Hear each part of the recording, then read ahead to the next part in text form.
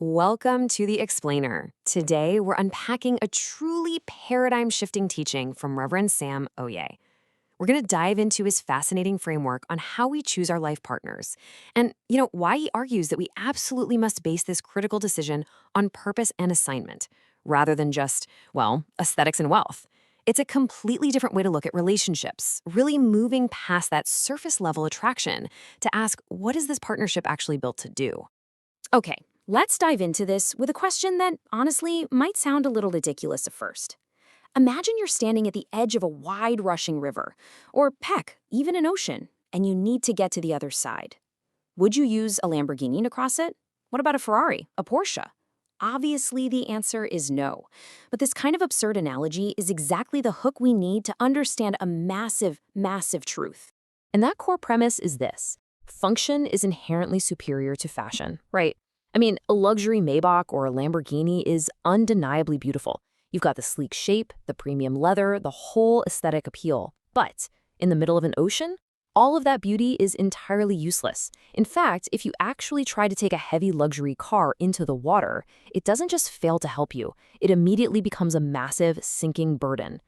And this brilliantly illustrates the exact contrast Reverend Sam Oye is making about marriage. If your life's assignment, your actual purpose, is a river that you need to cross, marrying a Lamborghini means you chose aesthetics over function. It means instead of having a partner who acts as a boat to help you navigate the water, you've married a car. Now, someone who is supposed to help you cross the river is someone you actually have to carry across the river.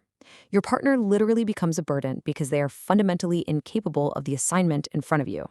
So this completely redefines the traditional concept of a helpmeet. A spouse didn't just be someone who looks good on your arm or, has a nice bank account. They need to be someone who is on an assignment to you. They absolutely need to possess a genuine 100% desire to assist in your specific life mission. If your partner doesn't genuinely desire to support your purpose, the relationship just lacks the foundational function it needs to survive the journey. Let's move to Section 1 and see how this builds: the Abuja temptation and Reverend Sam's personal choice. To really see how this works in real life, let's look at Reverend Sam Oye's own story.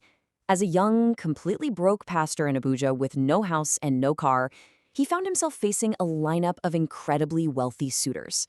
Seriously, just look at this list.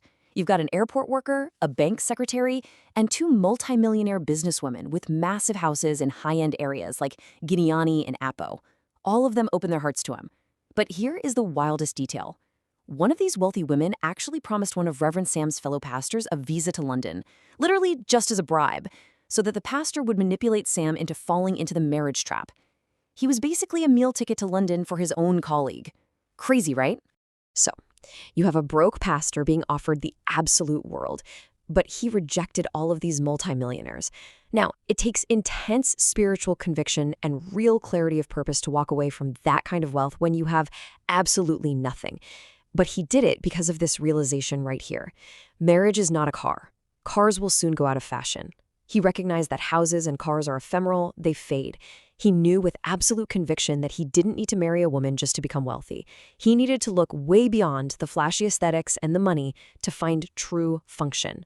So who did he choose? Well, the woman who would become his wife, affectionately known as Mama O, didn't show up with millions of dollars to buy his affection. Instead, she showed up as a boat for his ministry. She anonymously funded flyers for their Miracle Night church events. She bought clothes and gave water to the pastors to keep them going. And crucially, she did all of this with zero ulterior motives about marriage. She was simply supporting the work out of genuine care, much like that biblical story of Rebekah drawing water for Isaac's servants. She was practically wired for the assignment. Which brings us to Section 2, the danger of ignoring red flags. We need to shift our focus a bit here, because Reverend Sam doesn't just talk about the benefits of marrying for assignment. He paints a pretty dark picture of what happens when you prioritize the thrill of the chase, the vibrancy of a lion, over safety. When you completely ignore the warning signs because you're just blinded by how attractive or exciting someone is, the reality catches up to you very quickly. You might try to have a normal, everyday conversation with your spouse, and instead you're hit with an aggressive, jarring response like, "Shut up, do I look like somebody you command?" This is the brutal reality of an abusive dynamic that kicks in the exact moment the aesthetics fade and the lack of a true supportive partnership is exposed. And this isn't just some hypothetical scenario. Now, what's really interesting about this is Reverend Sam recounted a horrific true story of a young woman engaged to a man who exhibited some truly terrifying behavior. Over a simple disagreement, he slammed on the brakes, told her to get out of his car, slapped her, and literally left her stranded in the middle of the road. I mean, talk about a glaring, flashing red flag right in your face before they ever even tied the knot.